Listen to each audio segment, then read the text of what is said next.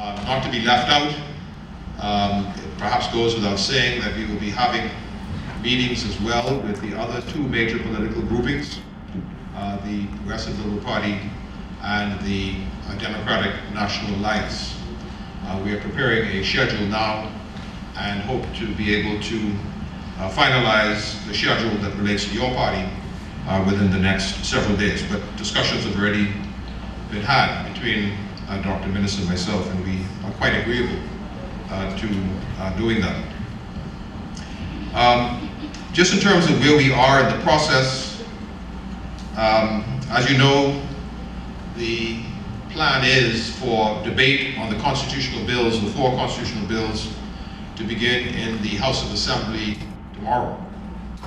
I use the word plan advisedly because everything is subject to change, particularly so when you're dealing with parties that do not have a history of cooperating with each other. So much remains to be seen tomorrow. But this is a first for us tonight, in that this is the first encounter that the Constitutional Commission is having directly with one of the major political groupings of the country. On a personal note, forgive me if I say that if someone had told me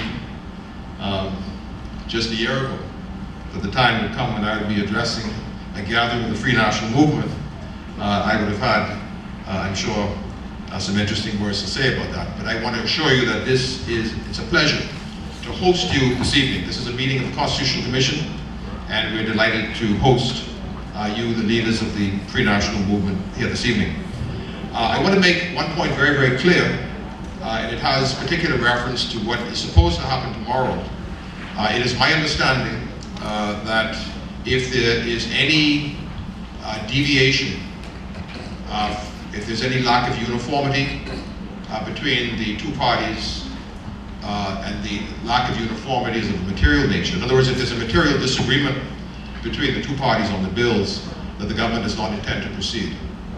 That is the understanding that was communicated to me today.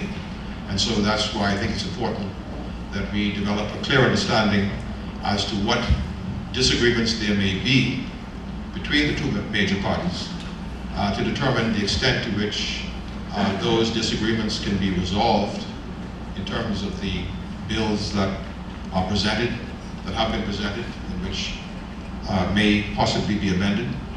And if it turns out that the differences are too fundamental, and despite best diplomatic efforts, they cannot be resolved, then I suppose this entire exercise will be put in abeyance. That was confirmed to me as late as 5 o'clock this afternoon as being the government's position, and I believe that there have been direct discussions between Dr. Minnis, as your leader, and the government on that point. So I say that only to say that I think if there are disagreements, it's important that those disagreements be identified as soon as possible so that good faith efforts can be made to determine whether those disagreements can be met so that we can decide the way forward. I'm already aware that there are some areas of disagreement, and let me just add, I think that the areas of disagreement of which I am aware are very solid, perfectly understandable areas of disagreement. So I do not in any way offer any criticism of those differences on either side of the political equation. The differences have been percolating in the body politic for a very long time, so it doesn't come as anything new. But I think that there is a genuine desire across the political spectrum to institute equality between men and women. I think there are concerns that we do not do so in a way that introduces elements that are perhaps not a part of the bargain that you thought you were entering into. And that's probably where the areas of disagreement come in. But I'm sure as the evening progresses, we'll hear a little bit more about those. I also want to announce that following consultations between the government and the opposition, and between both the government and the opposition and the Constitutional Commission. A former prominent minister of the Free National Movement government, Teresa Moxie Ingram, who is now ascending the rostrum, has been appointed as the joint coordinator of the public education campaign of the Constitutional Commission. So she will be working very closely with retired Justice Ruby Nottage, from whom we'll be hearing in just a minute. So I think it's important to stress that this is intended to be, and I'm speaking now from the standpoint of the Constitutional Commission, this is intended to be a bipartisan exercise the whole way. And in that regard, let me say that these 4 bills were not developed in a vacuum. They were not developed in some think tank of the Constitutional Commission or of the PLP. These bills have been developed by the Constitutional Commission after close consultation with your body,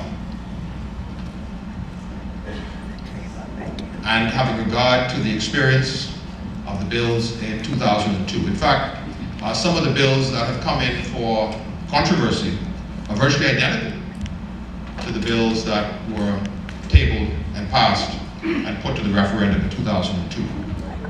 It's just that perhaps the times are different. Other issues have developed socially in the intervening 12 years, and naturally those issues have to be dealt with in as candid a fashion as possible. The plan this evening, Dr. Minnis indicated that he wanted a session which was 1 hour in length. I suspect we're going to exceed that by a little bit, but the plan is that we're going to have introductory remarks by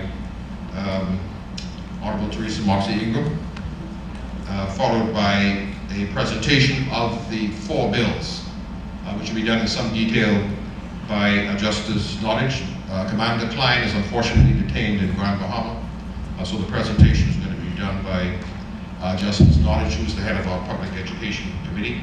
And following that, we would then open the floor to whatever questions or comments you would like to make. So with that plan in mind, I would ask Teresa Moxie Ingram please to come to the podium and say a few words.